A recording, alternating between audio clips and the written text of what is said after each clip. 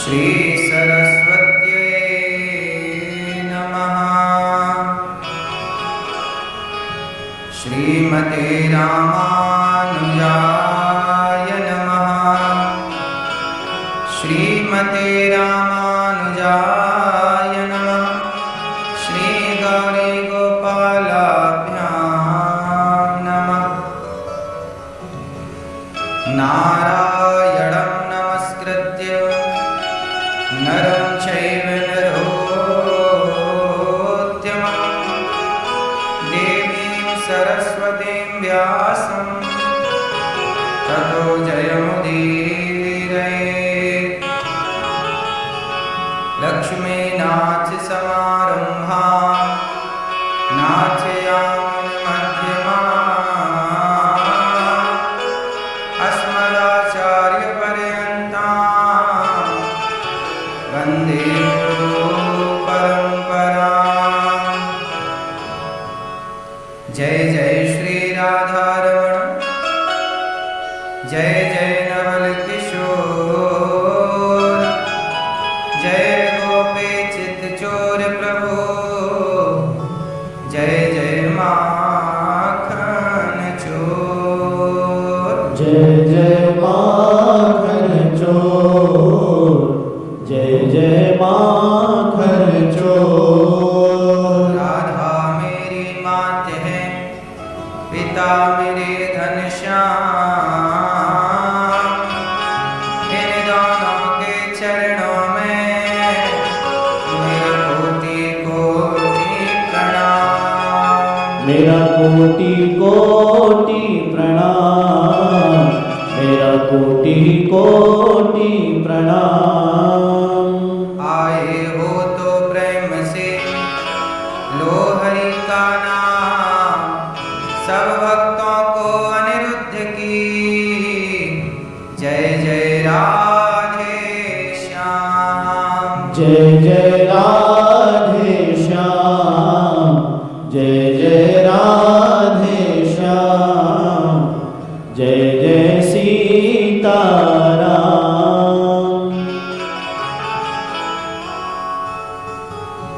करुणा करो कष्ट हरो ज्ञान दो भगवन, भव में फंसी नाव मेरी तार दो भगवन। करुणा करो कष्ट हरो ज्ञान दो भगवन, भव में फंसी नाव मेरी तार दो भगवन। दर्द की दवा तुम्हारे पास है, जिंदगी दया की है भीख मांगती। सांसों की माला में सिमरूं मैं सीताराम।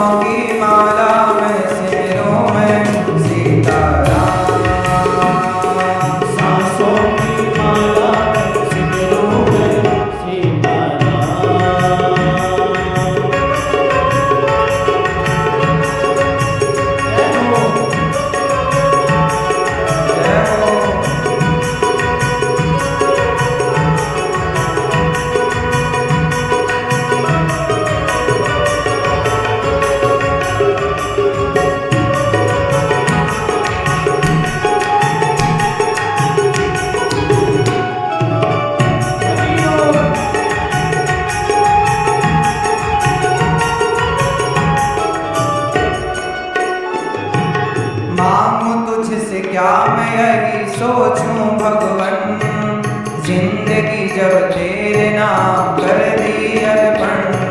मांगू तुझसे क्या मैं यही सोचूं भगवन, जिंदगी जब तेरे नाम कर दी अर्पण। मांगू तुझसे क्या मैं यही सोचूं भगवन, जिंदगी जब तेरे नाम कर दी अर्पण। मांगू तुझसे क्या मैं यही सोचूं भगवन, जिंदगी जब तेरे नाम कर दी अर्पण। सब कुछ तेरा कुछ नहीं मेरा, सब कुछ तेरा कुछ नहीं मेरा। चिंता है तुझको प्रभु संसार की, सांसों की माला में सिमरों में सीताराम। सांसों की माला में सिमरों में सीताराम। राम, सांसों की माला में सिमरों में सीताराम। सांसों की माला में सिमरों में सीताराम।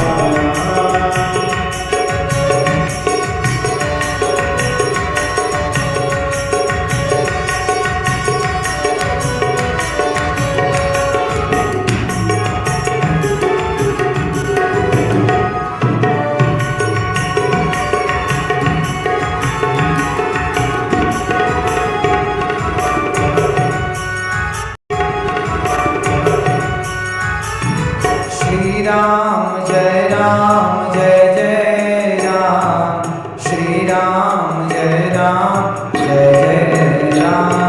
श्री राम जय राम जय जय राम, श्री राम जय राम जय जय राम। दो अक्षर का प्यारा नाम, श्री राम जय राम जय जय राम। दो अक्षर का प्यारा नाम, श्री राम जय राम जय जय राम। बन जाएंगे तेरे बिगड़े काम, श्री राम जय राम जय जय राम। बन जाएंगे तेरे बिगड़े काम, श्री राम जय राम जय जय राम। श्री राम जय राम जय जय राम, श्री राम जय राम जय जय राम। श्री राम जय राम जय राम, श्री राम जय राम जय राम। श्री राम जय राम जय जय राम, श्री राम जय राम जय जय राम। श्री राम जय राम जय राम, श्री राम जय राम जय राम। श्री राम जय राम जय जय राम, श्री राम जय राम जय जय राम। श्री राम जय राम जय जय राम, श्री राम जय राम जय राम। श्री राम जय राम जय जय राम, श्री राम जय राम जय जय राम। श्री राम जय राम जय जय राम, श्री राम जय राम जय जय राम। श्री राम जय राम जय जय राम, श्री राम जय राम जय जय राम। श्री राम जय राम जय जय राम, श्री राम जय राम जय जय राम। श्री राम जय राम जय जय राम, श्री राम जय राम जय जय राम। श्री राम जय राम जय जय राम, श्री राम जय राम जय जय राम। श्री राम जय राम जय जय राम, श्री राम जय राम जय जय राम। श्री राम जय राम जय जय राम, श्री राम जय राम जय जय राम। श्री राम जय राम जय जय राम, श्री राम जय राम जय जय राम। श्री राम जय राम जय जय राम, श्री राम जय राम जय जय राम। जय जय राम जय जय राम जय जय राम।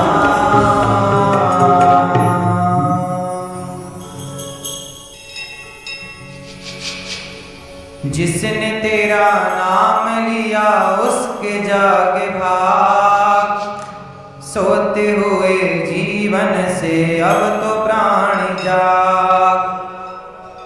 कम है जिंदगी कर लो बंदगी, प्रभु का हाथ हो तो मौत भी न मारती,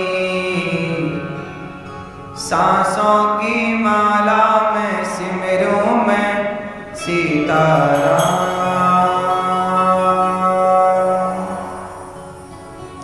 बोलिए श्री राजा रामचंद्र भगवान की जय। श्री वृंदावन बिहारी लाल की जय। श्री राधा रानी सरकार की जय।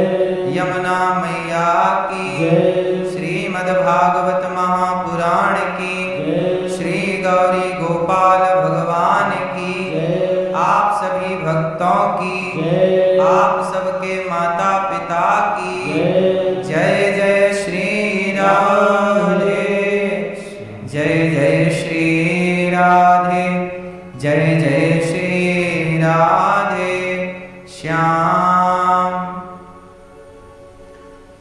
परम मंगलमय परात्पर अखिलेश्वर अखिल ब्रह्मांड नायक परात्पर परब्रह्म भगवान श्री कृष्ण की वांगमयी प्रतिमूर्ति, भगवान की कथा, भगवान का गुणानुवाद, आप सभी भक्तों को जय श्रीमन नारायण, जय श्री कृष्णा, जय श्री सीताराम, राधे राधे, जय गौरी गोपाल।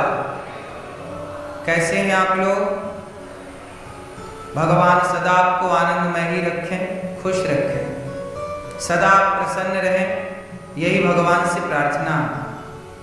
दुबई की पावन धरती पर हम बैठ करके प्रेम पूर्वक कथा की गंगा में डुबकी लगा रहे हैं और अपने भगवान का गुणानुवाद, गुणगान सुन रहे हैं, गुणगान कर रहे हैं।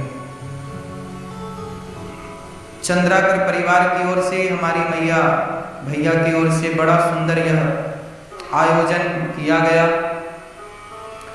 2 दिन के लिए ही हम सबको मौका मिला, पर 2 दिन में भी ऐसा लगा कि हम और आप एक दूसरे को वर्षों से जानते हैं और वर्षों से भगवान की गोद में बैठ करके भगवान की कथा कह रहे हैं और सुन रहे हैं।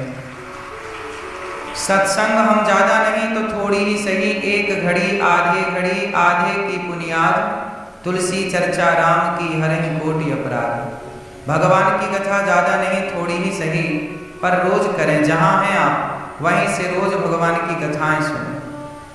जब भगवान की कथाएं आप नित्य सुनते हैं तो भगवान की कथाएं सुनने से हमारा जो हृदय है ना, बड़ा निर्मल होता है, पवित्र होता है। जैसे स्नान करने से ना शरीर शुद्ध हो जाता है, ऐसे कथा सुनने से मन पवित्र हो जाता है।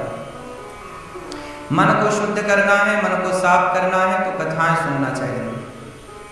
कथाएं मन को पवित्र कर देती। अच्छा, आपको कोई गाली दे दे तो गाली सुनते ही आपको क्या आ जाता है?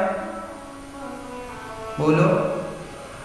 गुस्सा आ जाता, क्रोध आता। गाली इतना प्रभाव डालती है जीवन में कि आपको तुरंत लाल कर देती है। क्रोध से मतलब आग जगा देती है, आग जला लेती है। गाली आग लगाती है, मन को अशांत करती है, क्रोध को ला करके खड़ा कर देती है।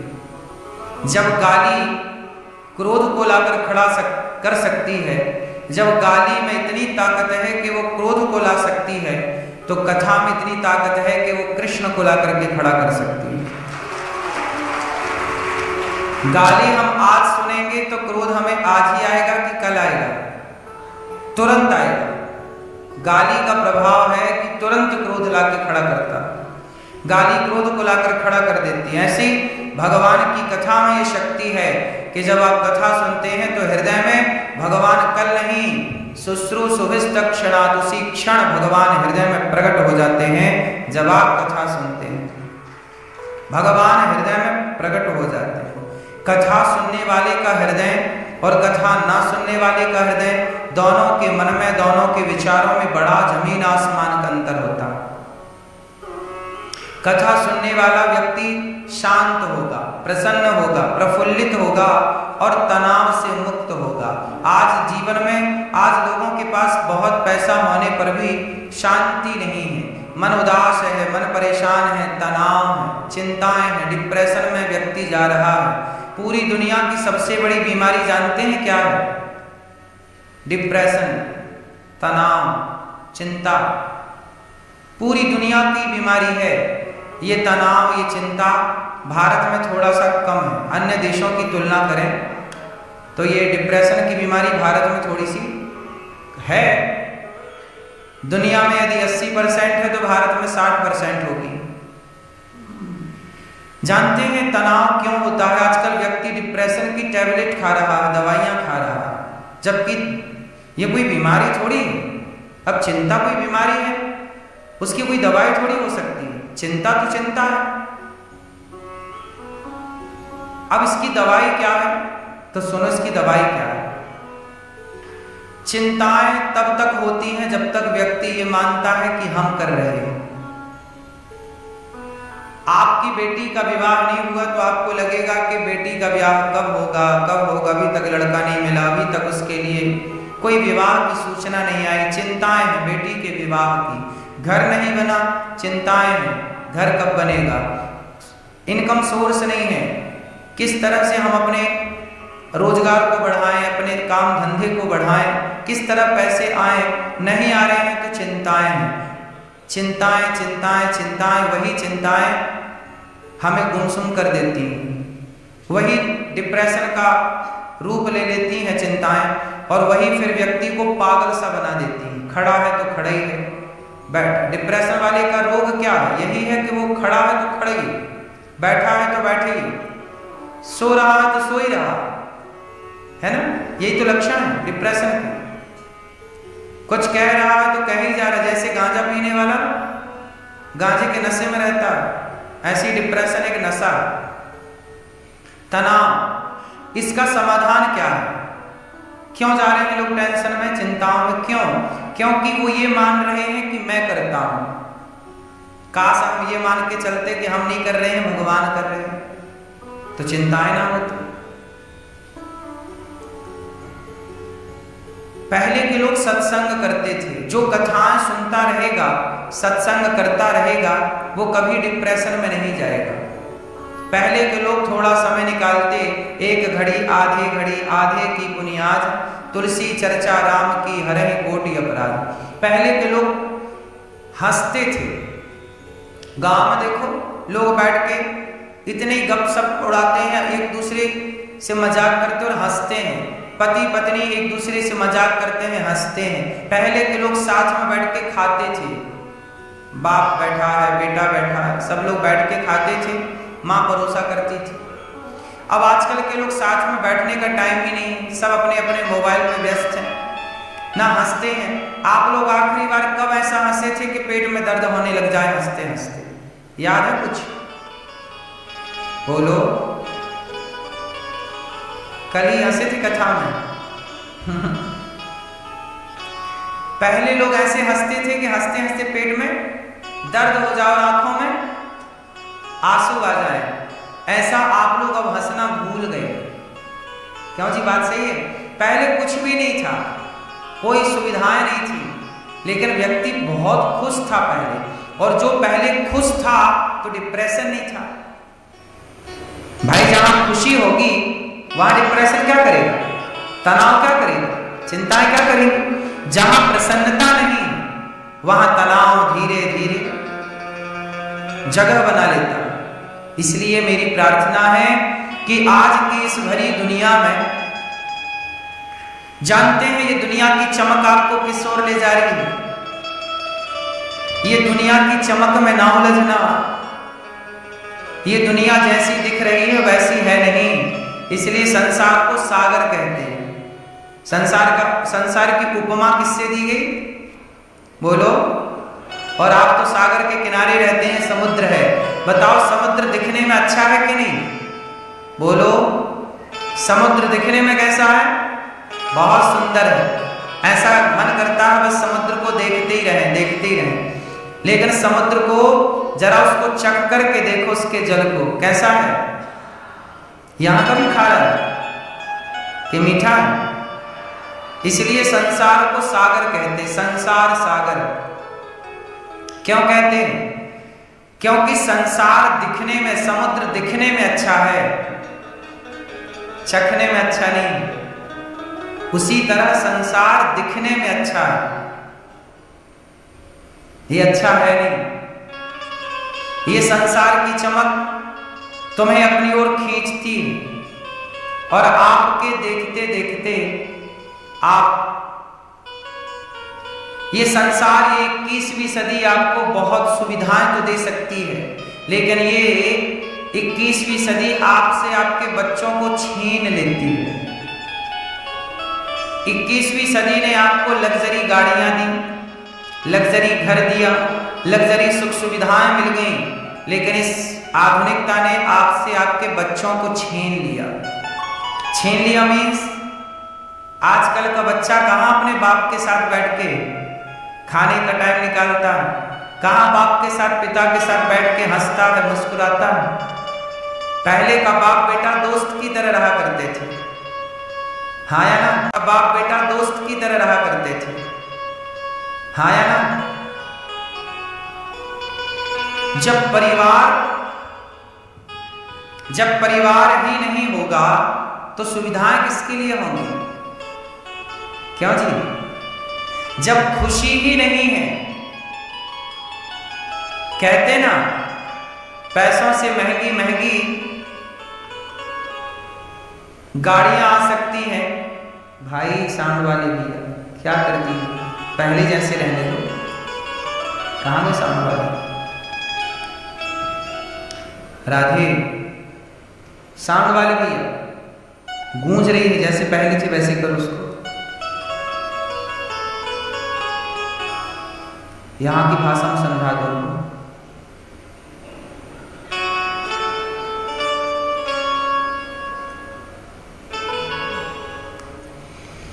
तो पैसे से अच्छा बिस्तर आ सकता है, नींद कहां से लाओगे? पैसे से थालियां सोने की आ सकती हैं, भूख कहां से लाओगे? इसलिए कहता हूं कि सबसे बढ़िया क्या है, सबसे उत्तम क्या है, आज की आप अपने बच्चों को इस तरह डिजाइन कीजिए। अच्छा, आप लोग घर बनाते हो ना, अपने हिसाब से बनाते हो ना,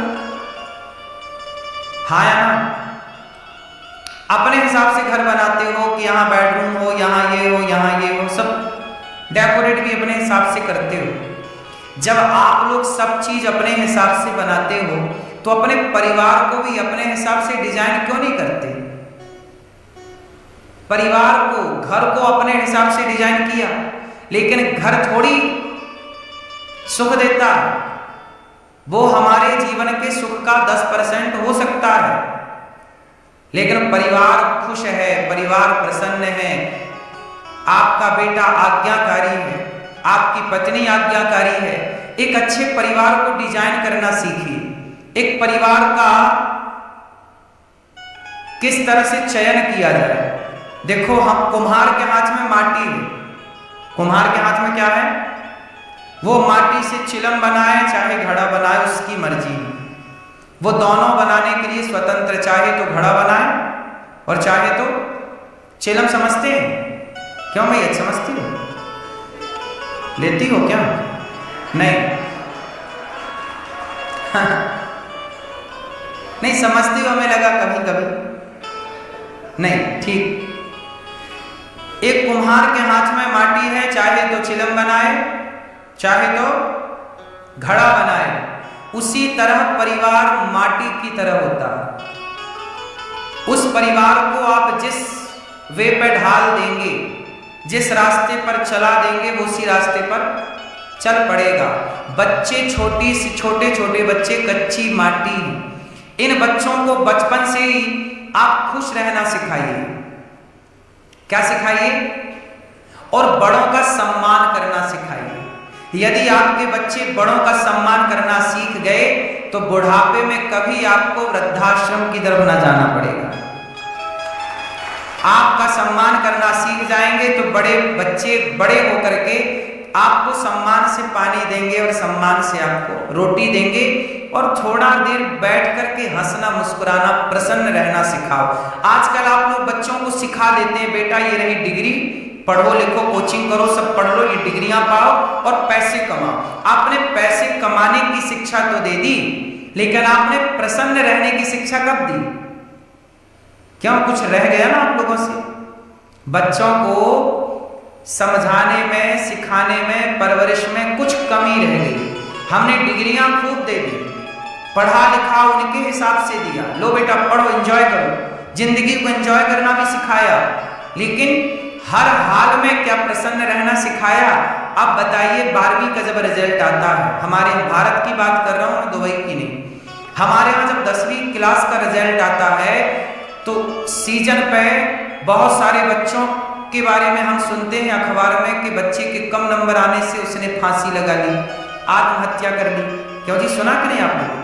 कम नंबर आए तो बच्चे ने आत्महत्या कर ली, 12वीं पे कम नंबर आए आत्महत्या कर ली, नौकरी नहीं लग पाई, अच्छे नंबर नहीं ला पाए, 1 नंबर से रह गया, आत्महत्या कर ली। ऐसा सुना कि नहीं आप लोगों ने? सुना? क्यों? सवाल है क्यों? गलती किसकी है? बच्चे ने आत्महत्या कर ली 10वीं में, 12वीं में या अन्य स्थानों पर, जिम्मेदार कौन है? जिम्मेदार है उसकी मां, जिम्मेदार है उसका पिता, कि आपने नंबर लाने के लिए तो बच्चों को मजबूर किया, लेकिन बच्चों को प्रसन्न रहने के लिए मजबूर कभी किया ही नहीं।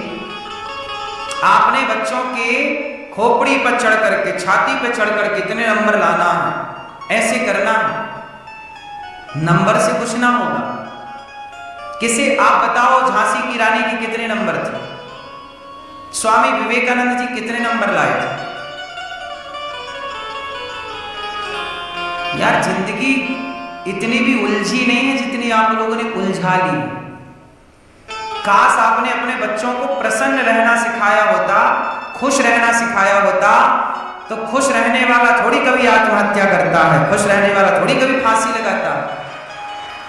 खुश रहने वाला तो घास की झोपड़ी में भी प्रसन्न है, खुश है। अच्छा बताओ, खुशी किसे कहते हैं? हैप्पीनेस क्या है? प्रसन्नता क्या है? आप किसे प्रसन्नता मानते हैं? बहुत बड़ा आपका घर हो तो आप खुश, तो जिनके बड़े घर हैं पूछो उनसे कि वो बहुत खुश हैं। जिनके बच्चे हैं क्या वो खुश? तो क्या जिनके बहुत सारे बच्चे हैं पूछो उनसे वो खुश हैं? बहुत पैसा है जिनके पास वो खुश है? खुशी का पैसे से, घर से कोई लेना देना नहीं। अच्छा बताओ, छोटे छोटे बच्चे ज्यादा खुश रहते हैं कि बूढ़े लोग ज्यादा खुश रहते हैं? क्यों? बच्चों के पास तो पैसा भी नहीं, बच्चे तो कुछ समझते भी नहीं, लेकिन खुश है ना? बोलो हाँ। मतलब आपकी जिंदगी की जो यात्रा थी वो कहां से स्टार्ट हुई थी? सुख से कि दुख से? बचपन सुख से भरा है कि दुख से भरा है? खुशी से भरा है कि गम से? हाँ, आपकी यात्रा ईश्वर ने तो खुशी से की थी। जाओ बेटा इस खुशी के राह पर चलो, लेकिन वो खुशी का रास्ता कब आपसे छूट गया, कहां रह गया, पता ही नहीं चला। हाय पैसा, हाय पैसा, हाय हाय करते लोग भाग गए। पैसा कमाना बुरा नहीं है, पैसा बहुत कमाना चाहिए, पर पैसा क्यों कमाना चाहिए? उद्देश्य क्या है? क्यों होना चाहिए पैसा? बताओ, पैसा क्यों होना चाहिए? क्यों होना चाहिए पैसा? क्यों कमाना चाहिए पैसा? पैसे से महंगी महंगी शराबें भी तो आती हैं, पैसे से महंगी महंगी वेश्याएं भी तो आती हैं, और लोग पैसे कमा के महंगी महंगी शराब पी रहे हैं, महंगे महंगे शौक कर रहे हैं, वेश्याओं के साथ घूम रहे हैं, पैसा आ जाए तो क्लबों में जाके मुजरा कर रहे हैं। बोलो हाँ। तो आजकल लोग पैसा क्यों चाह रहे हैं? मुजरा करने के लिए, क्लबों में जाके पराई औरत के कंधे पे हाथ रख के नाचने के लिए। क्यों जी, बात सही है? पैसे का उपयोग क्या है? तुम्हारे पैसे ने तुम्हें वैश्या ही तो बनाया है। पैसा रावण के पास बहुत था। राम ज्यादा पैसे वाले थे कि रावण ज्यादा पैसे वाला था? रावण को चरित्रहीन बना दिया कि नहीं? बोलो, पैसे से बच के रहना बाबा। पैसा में गुण कम है, पैसे में दोष ज्यादा।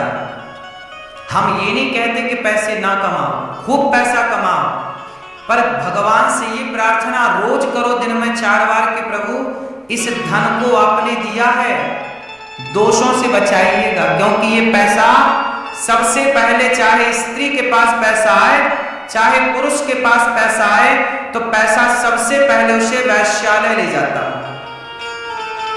हाँ या ना? चरित्रहीन बनाता है पैसा। ये पैसे का पहला दोष है। जिस पर भगवान की कृपा है ना, वो पैसा पाके बच गया चरित्रहीन होने से, वरना 99.99% लोग पैसे पाकर सबसे पहले चरित्रहीन भये हैं। ये बात सही है कि गलत है? बोलो हाँ कि ना। तो पैसे का पहला दोष, रावण जैसा ज्ञानी नहीं बचा तो तुम कितना पढ़े हो? क्यों? रावण जैसा ज्ञानी पैसे पाके चरित्रहीन हो गया। इसलिए पैसा पहले बच्चों से पूछो, जब आपके बच्चे पढ़ाई लिखाई कर रहे हैं या करते रहे दौरान, पूछो कि बेटा तुम पढ़ रहे हो, क्या बनोगे पढ़कर? पैसा कमाओगे, किसके लिए कमाओगे? उद्देश्य बताओ। एक कागज उठाना आज शाम को आप लोग और उस पर लिखना कि आपको पैसा, आप कहते हो ना हे भगवान पैसा दे दो, हे भगवान पैसा दे दो। एक कागज में लिखना कि आपको पैसा मिल जाए तो उसका करोगे क्या? वो कागज में लिख करके भगवान को चेक कराना, वो कॉपी। सारे एजुकेटर्स और क्रिएटर्स ये प्रॉब्लम फेस करते हैं। Zoom, webhooks, WhatsApp, Mailchimp, Shopify, Google. जैसे हम टीचर को कॉपी चेक कराते हैं ना, कुछ लिख के एग्जाम देते हैं, कॉपी जमा हो जाती है, नंबर बाद में। एक कागज उठाना, लिखना कि हमें पैसा आएगा तो क्या करेंगे, कितने की शराब पिएंगे, कितना का क्लब में जाएंगे, क्या करेंगे, क्या करेंगे, क्या क्या करो। जो बुरे विचार हैं वो भी लिखना, जो अच्छे विचार हैं वो भी लिखना, और चेक कराना अपनी कॉपी भगवान को, प्रभु चेक करिए, देखिएगा कि आपके मन में क्या चल रहा है। बच्चों को क्यों पैसा चाहिए? पैसा पाके 20-20 रुपए की, 50-50 रुपए की, 100-100 रुपए की सिगरेट ही तो पी रहे हैं तुम्हारे छोरा छोरियां। हाँ या ना? फिर आप में से कितने लोगों ने सत्यनारायण भगवान की कथा सुनी? सबने सुनी? तो सुनो, फिर से मैं एक जरा सी लाइन दोहराता हूं सत्यनारायण भगवान की कथा की। एक मैं बोलूंगा, आगे का आप बोलना। आप सबको याद है ना सत्यनारायण भगवान की कथा? सुनो, एक पंडित जी सत्यनारायण भगवान की पूजा कर रहे थे। पूजा पूरी हुई तो प्रसाद बांटने बाहर निकले तो एक लकड़हारा, लकड़ी का गट्ठा वहीं पर रखा, और पंडित जी ने उस लकड़हारे को प्रसाद दिया, पंजीरी का। पंजीरी समझते हो ना? पंजीरी का प्रसाद दिया, और पंजीरी का प्रसाद लकड़हारे ने खाया। लकड़हारे ने खा के पानी पिया। महाराज ये क्या था? पंडित जी ने कहा आज मेरे घर में सत्यनारायण भगवान की कथा थी, तो क्या ये कथा मैं भी कर सकता हूं? किसने पूछा? लकड़हारे ने। तो लकड़हारे ने जब ये पूछा कि क्या मैं भी सत्यनारायण भगवान की कथा कर सकता हूं, पंडित जी ने कहा बिल्कुल कर सकते। लकड़हारे ने लकड़ियां सिर पे रखी जंगल की और बाजार बेचने गया, तो आज उसे बाजार में लकड़ियों के दाम दूने लिखा। आज उसे लकड़ियों के दूने दाम प्राप्त हुए। आज उसे लकड़ियों के दूने, मतलब 10 की बिकती थी तो आज 20 रुपए की बिकती, 20 रुपए की लकड़ियां बिकती थी तो आज 40 रुपया की बिकती। उसने लकड़ियों के दूने दाम पाए। अब मुझे आपसे ये पूछना है कि आज उसके लकड़ियों के दूने दाम क्यों उसे प्राप्त हुए? क्योंकि उसके विचार बदल गए। क्या बदल गए? अभी तक विचार क्या था कि जो पैसा मिलेगा मेरे काम आएगा, लेकिन आज विचार था कि जो पैसा मिलेगा वह भगवान के काम आएगा। किसके काम आएगा? तो जब आप ये विचार से पैसा कमाते हो कि जो पैसा कमाऊंगा उससे भगवान की या भगवान के भक्तों की सेवा होगी, तो आपकी कमाई जस्ट डबल हो जाती है। क्यों? क्योंकि वहां आप क्लियर हैं कि आप कमा किसके लिए रहे। लेकिन जहां आप क्लियर नहीं होते, जैसे आप लोग, बहुत सारे लोग यहां बैठे हैं ना, बहुत सारे लोग यहां क्लियर नहीं कि हम क्यों कमा रहे, हम परेशान क्यों हैं भाई। आप में से बहुत लोग कहेंगे महाराज जी हम बहुत दुखी हैं, हम बहुत परेशान हैं। आप एक कागज उठाइए फिर से और अपनी परेशानी कागज में लिखिए। क्या परेशानी है आपकी? देखो, एक होती है जरूरत और एक होती है इच्छा। फिर से मेरे संग बोलो, एक होती है और एक होती है, एक इच्छाएं हैं, एक जरूरतें हैं। बताओ, जरूरतें पूरी हो सकती हैं कि इच्छाएं पूरी हो सकती हैं? हमारी जरूरत क्या है बताओ जरा। हमारी जरूरतें हैं 4, है ना मैया? मैया, हमारी जरूरतें कितनी हैं? रोटी, बोलो, रोटी, कपड़ा, मकान, शिक्षा, ये हमारी जरूरत, ये हमें होनी चाहिए। रोटी सबके घर हो, कपड़ा सबके पास हो, मकान सबके पास भगवान दे रहने के लिए, और बच्चे पढ़ लिख जाएं, इतना पैसा हो, किसी के आगे हाथ ना पसारना पड़े कि भैया बच्चों की फीस भरने के लिए जरा तुम मदद करो। इतना पैसा भगवान करे सबके पास हो। तो रोटी, कपड़ा, मकान सबको, शिक्षा सबको में, ये जरूरतें हैं, ये नीड है, मिलनी चाहिए। लेकिन इसके बाद है इच्छाएं। क्या है इसके बाद? अब इच्छा में क्या क्या आती है जरा गिनाओ। रोटी, कपड़ा, मकान, शिक्षा तो आ गई जरूरतों में। इच्छाओं में क्या क्या है? हाँ, मेरे पास घर हो, ये तो मेरी जरूरत है। लेकिन मेरे पास बहुत बड़ा घर हो, ये इच्छा। मेरे पास कपड़ा हो, ये जरूरत है, पर मेरे पास ब्रांडेड कपड़ा हो, ये इच्छाएं है। मेरे गले में मंगलसूत्र हो, ये जरूरत है, लेकिन मेरे गले में इतना बड़ा मंगलसूत्र हो, इतना बड़ा पैंडल हो, ये इच्छाएं। और जरूरत तो केवट की पूरी हो गई, जरूरत माता शबरी की पूरी हो गई। हाँ या ना? जरूरतें जंगल में राम जी की पूरी हो गई 14 साल में।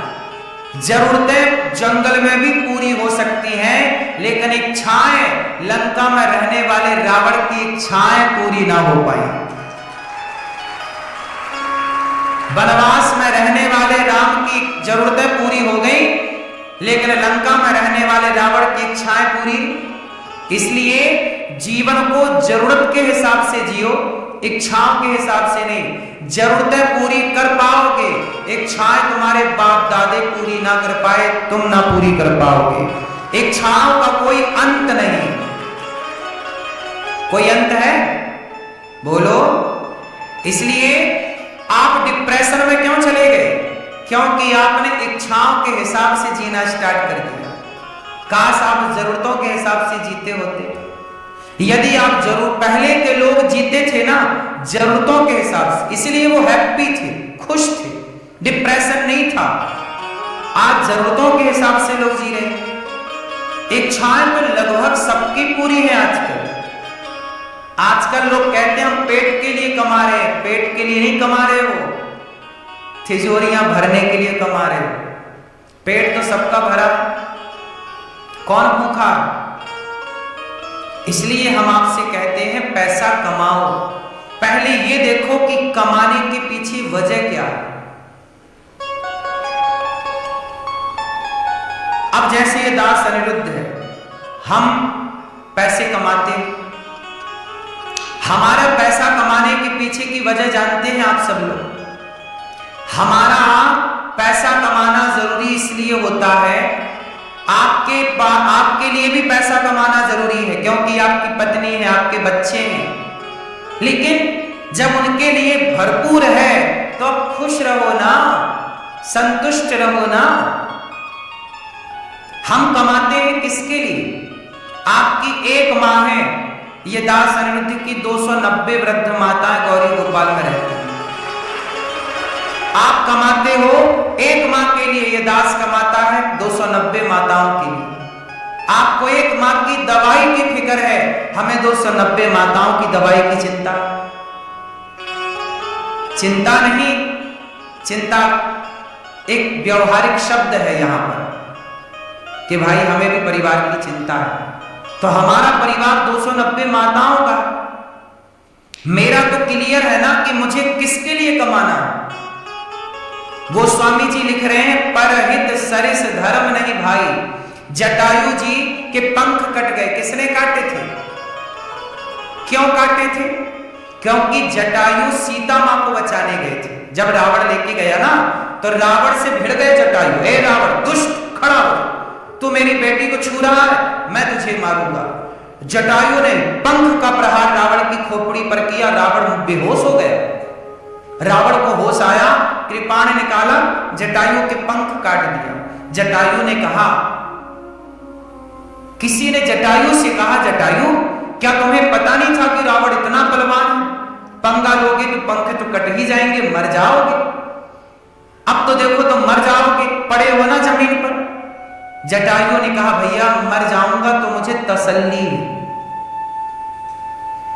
मैं पक्षी हूं। लेकिन जब सीता मां पुकार रही थी ना तो इंसानों ने भी सुनी थी उनकी पुकार, पर किसी इंसान ने सीता मां के लिए रक्षा के अपने हाथ नहीं बढ़ाए। कम से कम मैंने पक्षी होकर हाथ पर हाथ रख के बैठने से अच्छा था कि एक नारी के सम्मान और उसकी रक्षा के लिए मर जाऊं। तो मैं मर गया और मैं सीता मां के लिए मरा ना, तो मुझे भगवान, अब लोग बोले कि तुम भगवान के पास कैसे जाओगे? बोले जटायु जी कि जो सेवा के लिए मरता है ना उसे भगवान के पास नहीं जाना पड़ता, स्वयं भगवान चल करके उसके पास आते हैं। इसलिए जटायु के पास राम आए, जटायु राम के पास नहीं गए। अंतर है ना, आप मंदिर जाएं और मंदिर वाले भगवान आपके घर आए। शबरी राम के मंदिर ना गई, शबरी राम के घर ना गई, राम स्वयं शबरी के घर आए। हम तो कहते हैं कि भक्ति कर ही रहे हो तो ऐसी करो कि भगवान के पास ना जाना पड़े, भगवान स्वयं चल के आपके पास आए। जब कर ही रहे हैं तो ठिकाने की करें। क्यों मेरी मां अध कचरा क्यों? तो मेरी मानसिकता वही जटायु जी वाली है कि सेवा पर, तुलसीदास जी लिख रहे हैं, परहित सरिस धर्म नहीं भाई। परहित लोगों का हित करना, लोगों की सेवा करना, इससे बड़ा कोई धर्म, इससे बड़ी कोई भक्ति? हाँ, तो मेरा उद्देश्य बिल्कुल क्लियर है। गौरी गोपाल आश्रम में आपके 2 बच्चे पढ़ रहे होंगे यहां पर, बोलो हाँ। 4 बच्चे पढ़ रहे होंगे आपके यहां पर, बोलो हाँ। आप 2, 4, 6 बच्चों के लिए काम करते हैं, पर गौरी गोपाल गुरुकुल में 150, 150 बच्चे पढ़ते हैं। और उन सब बच्चों के लिए कॉपी किताब, उनके पास कपड़े हैं कि नहीं, कॉपी है कि नहीं, किताब है कि नहीं। आज उनको, मैं यहां दुबई बैठा हूं लेकिन मैंने रोज बच्चे सवेरे भोजन नाश्ता टाइम से उन्हें मिला कि नहीं, नाश्ते की वीडियो मेरे पास रोज आती कि 150 बच्चों को टाइम से नाश्ता मिला कि नहीं, टाइम से उन्हें भोजन मिला कि नहीं, बच्चे टाइम से सोए कि नहीं, बच्चे टाइम से जागे कि नहीं, बच्चों को टाइम से सुलाने वाले लोग वहां पर हैं, टाइम से जगाने वाले लोग हैं, सवेरे उन्हें योग कराना है, फिर सवेरे वो सूर्य अर्घ देते हैं, संध्या करते हैं, फिर अपना वेद पढ़ते हैं, पुराण पढ़ते हैं, बाल भोग करते हैं। बाल भोग मीन्स नाश्ता, ब्रेकफास्ट, फिर इसके बाद डिनर, वो पढ़ लिख के उनकी पढ़ाई 12-1 बजे उनका भोजन होता है, शाम का हल्का सा जलपान करके शाम को रात्रि सूर्यास्त के पहले उन्हें भोजन दिया जाता है। मैं यहां बैठा हूं लेकिन वहां की पूरी अपडेट, गायों को समय से सानी मिली कि नहीं, गायों को समय से चारा मिला कि नहीं, मैं यहां बैठा हूं पर पूरी अपडेट है। गौरी गोपाल रसोई चलती है, सवेरे से शाम तक भरपेट भोजन मिलता है सबको। कोई, मैं यहां बैठा हूं दुबई में पर वहां भी लोग अभी भोजन कर रहे होंगे।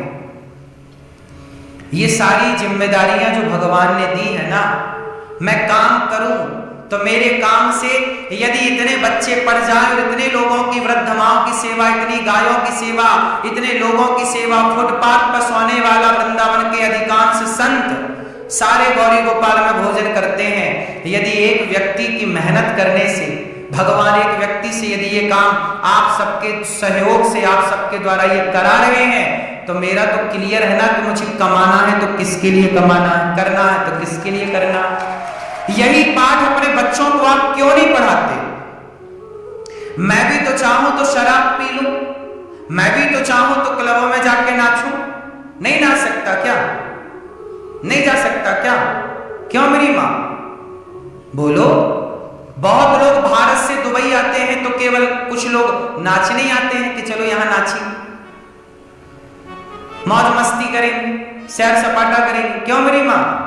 बात सही है कि गलत है? कुछ लोग यहां आते ही मौज मस्ती करने के लिए, लेकिन मैं भारत से दुबई काहे के लिए आया? भगवान की कथा सुनाने के लिए आया।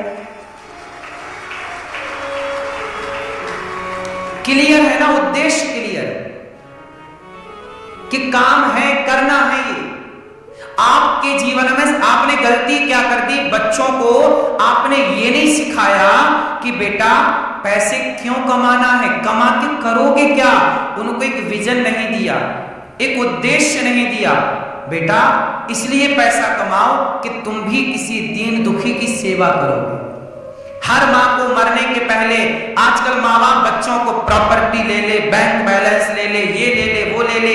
देना तो अच्छा है, तुम दो मत दो, तुम्हारी संपत्ति तो बच्चों में चली ही जाएगी। तुम मत दो तो भी जाएगी।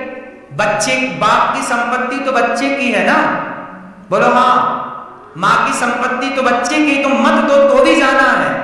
तो मेरी माँ संपत्ति देने के पहले बच्चों को बिठाओ, कहो कि बेटा हमसे वादा करो, जीते जी सिखाओ कि बेटा खाने से पहले 4 लोगों को खिलाना सीखो। तुम पहले खिलाओ किसी को, ये सिखाओ बच्चों को, वरना तुम्हारे बच्चे समाज के काम तो आ नहीं रहे, सेवा तो कर नहीं रहे।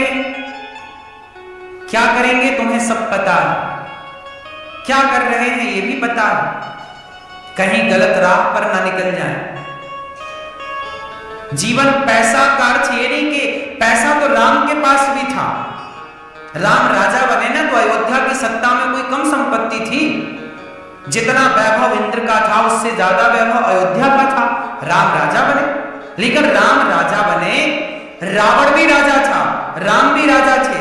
दोनों राजाओं में अंतर था कि एक राजा अपने धन का, अपने पद का, अपने ताकत का गलत उपयोग करता, और राम जी ने एक रत्ती अपने पावर का, अपने पैसे का, अपनी सत्ता का। राजा थे ना, क्या नहीं कर सकते थे। राम राजा थे, न्याय कैसे करते थे देखो राम को। चलो, राम ने माता सीता को वनवास भेज दिया, आप लोग जानती होंगे ये सब चर्चाएं। राम ने वनवास भेज दिया माता सीता को। बहुत लोग कहते हैं राम जी ने गलत किया। अच्छा ये बताओ, राम जी ने गर्भवती नारी को, सीता माता गर्भवती थी, उनके पेट में बच्चे थे 2। जब सीता मां को राम जी ने वनवास भेजा, उस समय सीता मां गर्भवती थी। अब मुझे ये बताओ कि राम जी ने सीता मां के संग सही किया कि गलत किया? मैया आप बताओ, गलत किया। ये मैया बताएंगी, लाल पीली मैया। राम जी ने सही किया सीता माता के साथ कि गलत किया? सही किया। मैया गलत किया राम जी ने। मैया मोबाइल वाली मैया, राम जी ने सही किया कि गलत किया? बोलो मेरी मां। मैया बोलो मेरी माँ। राम जी ने सही, बैठे बैठे खड़े होने के कष्ट क्यों करना, जो पूछे आपको बैठे बैठे जवाब देना। वो चश्मा वाले भैया गूगल बाबा से पूछने लग गए क्या? ना बताएगा गूगल बाबा। बताओ राम जी ने सही किया कि गलत किया? है बहुत ही गलत किया, बहुत ही गलत। कहां से आवाज आई है बहुत ही गलत? ठीक। और पीछे वाले भक्त, राम जी ने सीता मां को वनवास भेज दिया, गर्भवती स्त्री को गर्भावस्था में। सही किया गलत किया? है गलत किया। कितने लोग मानते हैं कि राम जी ने गलत किया? हाथ उठा के। ठीक, राम जी ने कितना गलत किया बताओ, गर्भवती नारी को वनवास भेज दिया। ऐसा आप लोग कह रहे हैं, हम नहीं कहते ऐसा। राम जी कैसे राजा है? राजा तो रावण भी है, लेकिन आज कोई ये थोड़ी कहता है कि रावण जैसा राज्य होना चाहिए। लोग ये कहते हैं कि राम जैसा। किस राज्य की कल्पना है? राम राज्य की। जबकि रावण राज्य की कल्पना क्यों नहीं? रावण ने तो अपनी पत्नी को वनवास नहीं भेजा, मंदोदरी को, राम जी ने भेजा। अच्छा, आप लोग जानते हैं कि राम जी ने वनवास क्यों भेजा सीता माता को? किसके लिए भेजा?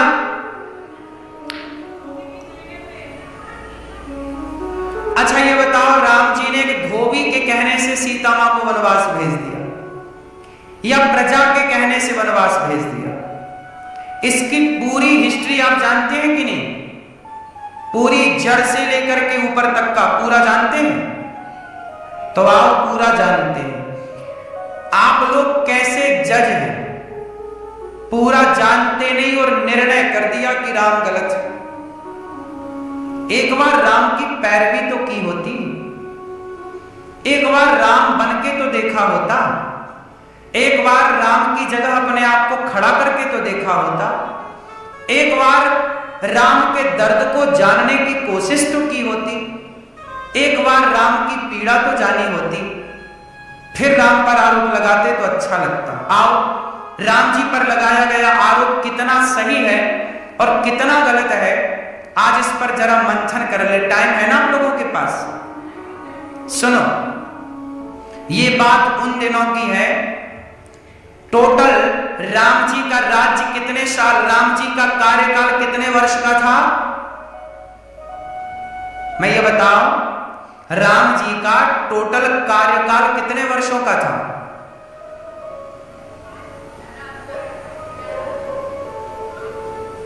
13,000 वर्षों का।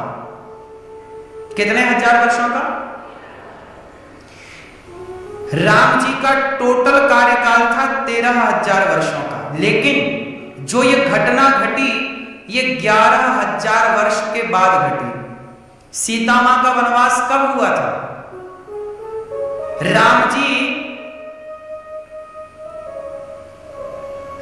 जब 14 वर्ष का वनवास पूरा करके राम जी आए, राम जी ने जब रावण को मारा उस समय राम जी की आयु लगभग 27 वर्ष की थी। राम जी का वनवास पूरा हो गया, उसके बाद राम जी सीता मां के साथ 11,000 साल तक साथ में थे। कितने हजार? 11,000 वर्षों तक साथ में थे। कितने हजार वर्षों तक? सीता और राम जी 11,000 वर्षों तक साथ में थे। केवल 2,000 वर्षों तक अकेले राम जी रहे, सीता मां जा चुकी थी। अब ये कहानी 11,000 वर्षों के बाद स्टार्ट होती है। कहां से स्टार्ट हुई, क्यों स्टार्ट हुई, किसकी गलती थी? आओ पूरी जड़ से इस पूरी वारदात को समझते हैं। हुआ क्या था कि 11,000 वर्ष पूरे होने में कुछ वर्ष बाकी थे। 11,000 वर्ष पूरे होने में आप ये मान लो कि 15 साल 12 साल बाकी थे। उस समय की एक घटना है, सीता मां ने राम को पहली खुशखबरी दी। एक दिन सीता मां प्रसन्न चित्त से राम के पास गई। राम के हाथों को अपने हाथों में रखकर माता सीता ने कहा, प्रभु आज मैं आपसे कुछ कहना चाहती हूं। हाँ हाँ सीते कहो, क्या कहना है अपने राम से? सरयू का किनारा था, कल कल करके सरयू जी की धारा बह रही थी। राम जी सीता मां को देख रहे हैं, सीता जी राम को देख रही हैं। झरोखे से, झरोखे में खड़े होकर, महलों में झरोखे होते हैं जिसे आज के जमाने में खिड़की कहते हैं, विंडो कहते हैं। राम जी वहां खड़े हैं सीता की ओर। राम ने सीता का हाथ अपने हाथ में रख के कहा, सीता तुम कुछ कहना चाहती हो? सीते कहो। प्रभु आप पिता बनने वाले हो। अच्छा मैं पिता बनने वाला हूं, ये तो बहुत अच्छी खबर। तुरंत राम जी ने मिठाई सीता मां के मुख में दी, कहा अपना मुंह मीठा करो, तुमने हमें बहुत बड़ी खुशखबरी दी। इस रघुवंश को आगे बढ़ाने वाला अब वंशज पैदा होगा। सीता बताओ, मैं बहुत खुश हूं, तुम मेरे से कुछ मांग लो। सीता मैया ने कहा कि प्रभु मैं जो मांगूंगी आप देंगे? हाँ हाँ, रघुकुल रीत सदा चली आई, प्राण जाए पर तुम कुछ मांग लो। आज तुमने ये खबर दी ना कि तुम मां बनने वाली और मैं पिता बनने वाला हूं, मैं बहुत खुश हूं, तुम कुछ मांग लो।